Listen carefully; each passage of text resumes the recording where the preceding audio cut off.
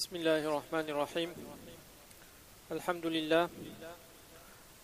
لله حمدا كثيرا طيبا مباركا في مباركا عليه كما يحب ربنا ويرضى جل جلاله عم نواله والصلاة والسلام على السيد الحبيب المصطفى وعلى آله وصحبه نجوم الهدى قادة التقى أما بعد أعوذ بالله من الشيطان الرجيم بسم الله الرحمن الرحيم إن عدة الشهور عند الله 12 شهرا في كتاب الله يوم خلق السماوات والأرض منها 4 حرم ذلك الدين القيم صدق الله العظيم وصدق رسوله النبي الحبيب الكريم ونحن على ما قال ربنا وخالقنا من الشاهدين والشاكرين والحمد لله رب العالمين. Alhamdulillah, mes frères, toutes les louanges reviennent à Allah subhanahu wa ta'ala. Allah Jalla Jalaluhu Amma Nawalu qui nous donne la chance d'être présent pour ce premier Jum'a de cette année, nouvelle année 1440. Premier mois de l'année, le mois de Muharram, qui fait partie des 4 mois sacrés qu'Allah subhanahu wa ta'ala a qualifié de sacré dans le Coran, dans le verset qu'on a lu. Muharram, Rajab, Dhul Qa'dah et Dhul Hijjah. L'année s'est achevée sur 2 mois sacrés, Dhul Qa'dah et Dhul Hijjah. Elle commence par un nouveau mois sacré, le mois de Muharram, et au milieu de l'année, le 7e mois de l'année est à nouveau sacré, le mois de Rajab. Allah subhanahu wa ta'ala a organisé ces mois de manière à ce que toute l'année, on pense à lui, on vient vers lui et on achève l'année en redoublant d'efforts. Ibn Abbas radiyallahu anhu avait l'habitude de dire que la récompense des mois, la récompense des actions est doublée pendant ces mois sacrés.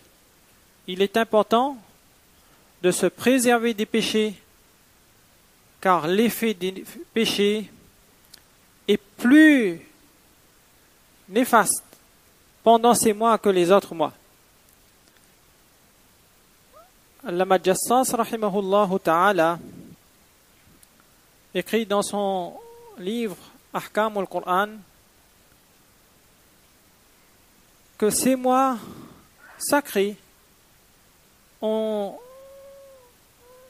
chacun leur particularité, leur spécificité.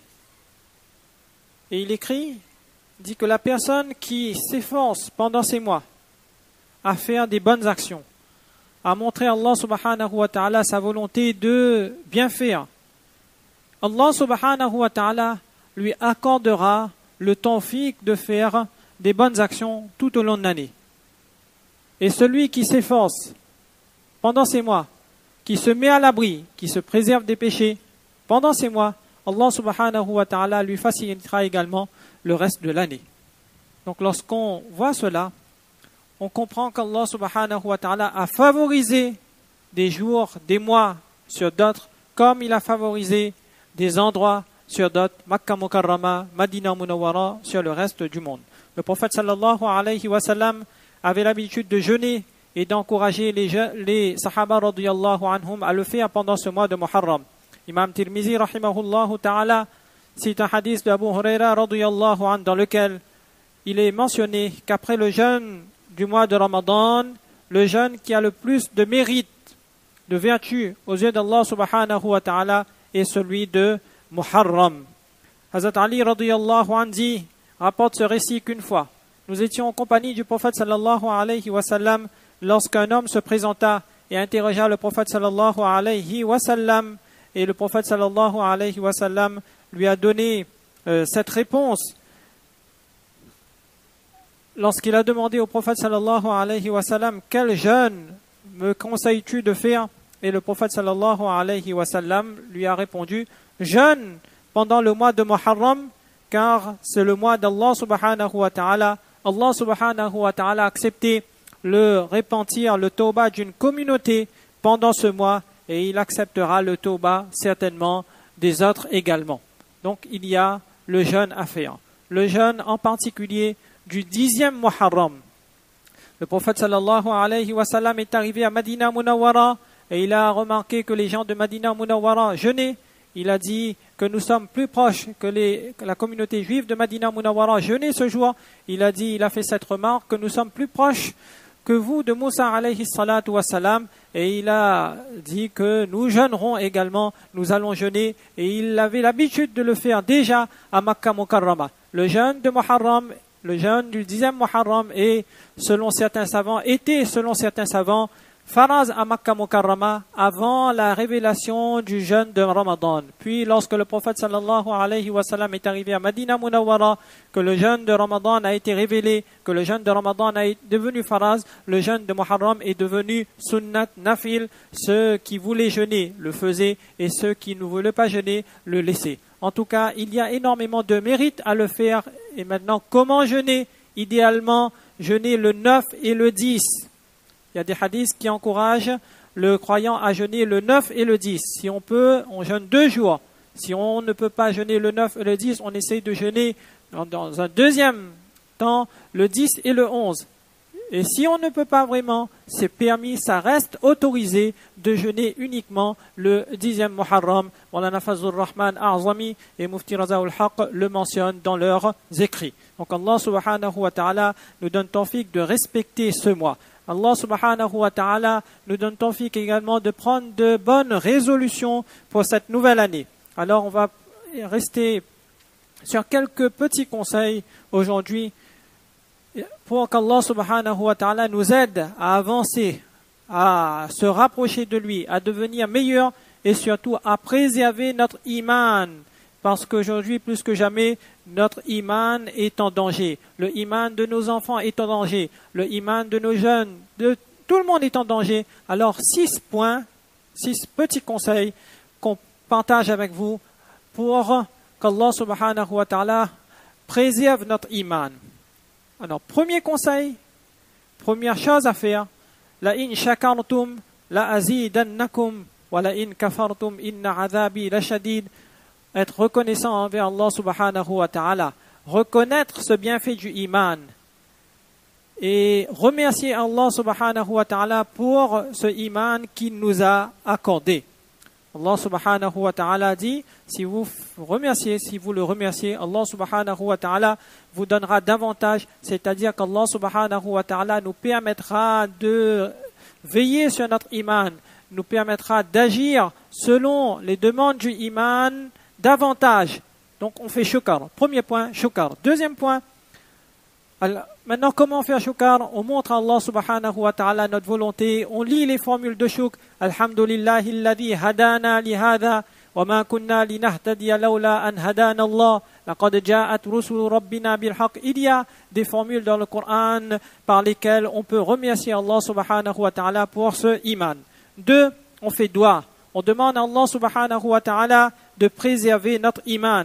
Lorsqu'une personne est préoccupée, lorsqu'on a un souci, lorsqu'on a des difficultés, on se tourne vers Allah subhanahu wa ta'ala, mais on prend l'habitude, Allah subhanahu wa ta'ala nous donne tawfiq de prendre l'habitude de le supplier pour qu'il préserve notre iman. Et les versets du Coran n'en manquent pas. Rabbana la tuzigh qulubana ba'da idh hadaytana wa hab lana min ladunka rahma innaka antal wahhab. Doit que le prophète sallallahu alayhi wa sallam faisait régulièrement, verset de la surah Al-Imran, qu'on doit prendre l'habitude de dire, oh Allah, ne dévie pas nos cœurs après que tu les aies guidés. Wa tawaffana ma'al abrar, Rabbana wa atina ma wa'adtana ala rusulika wa la tukhzina. Et puis, juste avant, il y a wa tawaffana ma'al abrar. Oh Allah, donne-nous la mort et avec iman et fais-nous rejoindre tes pieux serviteurs. Tawaffani muslima. Wa alhiqni bis salihin, donne-moi la mort avec iman en tant que musulman et fais-moi rejoindre tes pieux serviteurs. Puis les doigts que le prophète sallallahu alayhi wa sallam avait l'habitude de formuler, Ya muqallibal qulub, thabbit qulubana ala dinik. Oh Allah, toi qui palote, qui fait bouger les cœurs, raffermis mon cœur sur ton dîn. Donc énormément de doigts, on fait doigt. Deuxième conseil qu'on peut partager avec vous, de prendre l'habitude de faire doigt.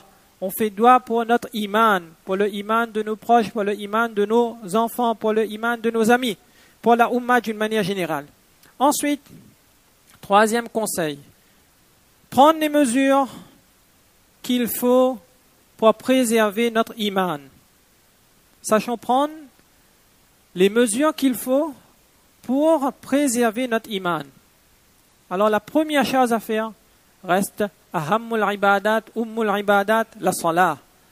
Que la salat préserve le iman d'une personne. Si la salat est bonne, les autres actions, les autres pans du dîn également seront bonnes. Surtout la salat du matin. Dans le hadith, le prophète sallallahu alayhi wa sallam le mentionne que la salat, la personne qui accomplit la salat du matin est sous la responsabilité d'Allah subhanahu wa ta'ala. Donc on choisit, on regarde, on analyse, on lit les hadiths, on essaie de trouver les actions, les moyens par lesquels on met notre iman à l'abri. Donc la première action reste la salat. 2, le dhikr d'Allah, le souvenir d'Allah subhanahu wa ta'ala. Jaddidu imanakum bi dhikri la ilaha illallah. Le hadith dit, c'est votre iman par la répétition de la ilaha illallah. Il y a des hadiths qui disent, que le prophète sallallahu alayhi wa sallam décrit l'oxydation du cœur, que les cœurs s'oxydent comme le fer s'oxyde. Les sahaba radiyallahu anhu ont dit ya Rasulallah, comment rendre ces cœurs brillants? C'est quoi le détergent de ces cœurs? Le prophète sallallahu alayhi wa sallam a répondu dhikrullah, que le souvenir d'Allah, on pense à Allah subhanahu wa ta'ala, tilawatul Qur'an, la récitation du Qur'an et la pensée de la mort. 3 choses, 3 conseils que le prophète sallallahu alayhi wa sallam donne ici. 1, le souvenir d'Allah, le dhikr d'Allah, la récitation du Qur'an et le souvenir de la mort. Autre action qu'on peut faire, une petite action, un petit conseil, si on veut être à l'abri, mettre notre iman à l'abri. Le hadith mentionne le fait de rester, d'accomplir la salat avec le premier takbir pendant 40 jours. La personne qui fait la salat 40 jours avec takbir oula, Allah subhanahu wa ta'ala lui donne 2 garanties. Être à l'abri du nifaq, de l'hypocrisie et du feu de l'enfer. Ensuite, qu'est-ce qu'on peut faire? Conseil, on se met à l'abri de tous les péchés, tout ce qui nuit à notre iman, tout ce qui affecte notre iman. On se met à l'abri de ces choses, ces mauvaises choses. Car le péché, ça affecte le cœur. Et plus on commet de péchés, plus le cœur durcit, plus le cœur noircit, au point, comme le décrit le hadith, qu'on ne différencie plus le bien du mal, le bon du mauvais. Allah subhanahu wa ta'ala nous donne tawfiq de nous préserver du péché. Le prophète sallallahu alayhi wa sallam avait dit ittaqil maharim takun a'badan nas. Mets-toi à l'abri des maharim, des interdits d'Allah subhanahu wa ta'ala. Tu seras le plus grand adorateur, plus grand abid d'Allah. Et enfin, pour terminer, la chose sur laquelle on aimerait insister, la fréquentation. Faites attention aux gens que vous fréquentez. Mizanul insan asdiqa'uhu.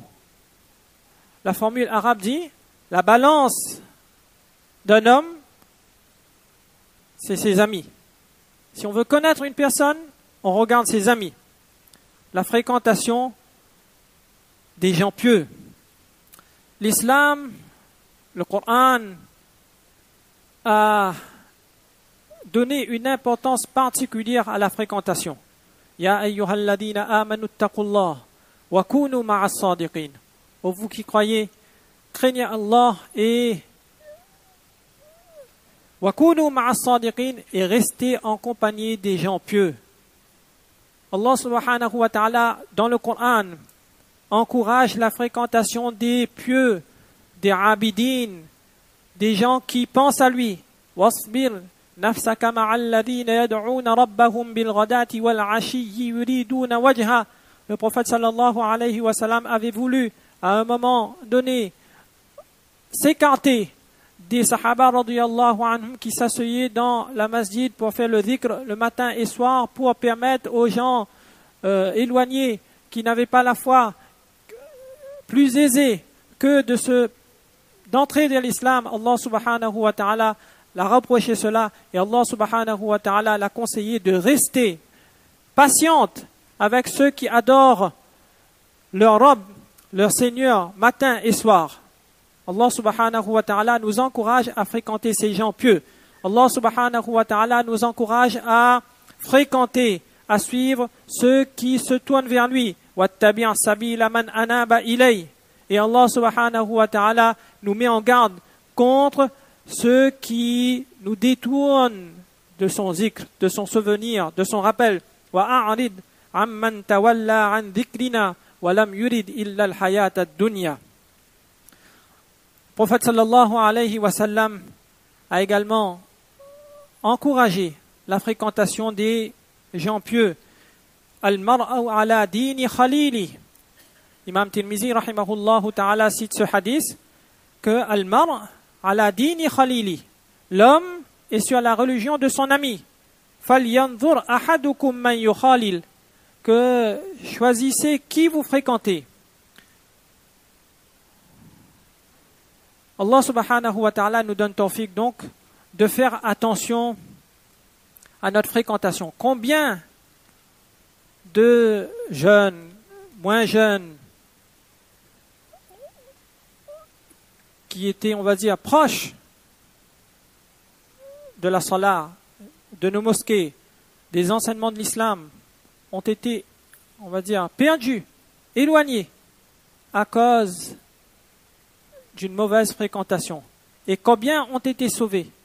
Combien ont commencé à fréquenter les salihin, les gens pieux, et sont revenus vers l'enseignement de l'islam, vers ce qu'Allah subhanahu wa ta'ala nous demande de faire. Ibn Majah, rahimahullah ta'ala, cite ce hadith de Anas radiyallahu an, dans lequel Anas radiyallahu an dit Inna minan nasi nas mafatihul khayr wa maghaliqul shar. Qu'il y a parmi les hommes des gens qui sont les clés du bien et les cadenas, les verrous du mal. Fréquentez-les. Le prophète sallallahu alayhi wa sallam lui-même avait l'habitude d'invoquer Allah subhanahu wa ta'ala et de demander à Allah subhanahu wa ta'ala protection contre la fréquentation contre la mauvaise fréquentation. Allahumma inni a'udhu bika min yawmi su'. Et Allah, protège-moi d'un mauvais jour, d'une mauvaise nuit, d'une mauvaise heure, et wa min sahibi su', et d'une mauvaise compagnie. Donc Allah subhanahu wa ta'ala nous donne tawfiq de le faire. Et les mashayikh pour terminer, les mashayikh ont défini plusieurs types de suhba, de fréquentation.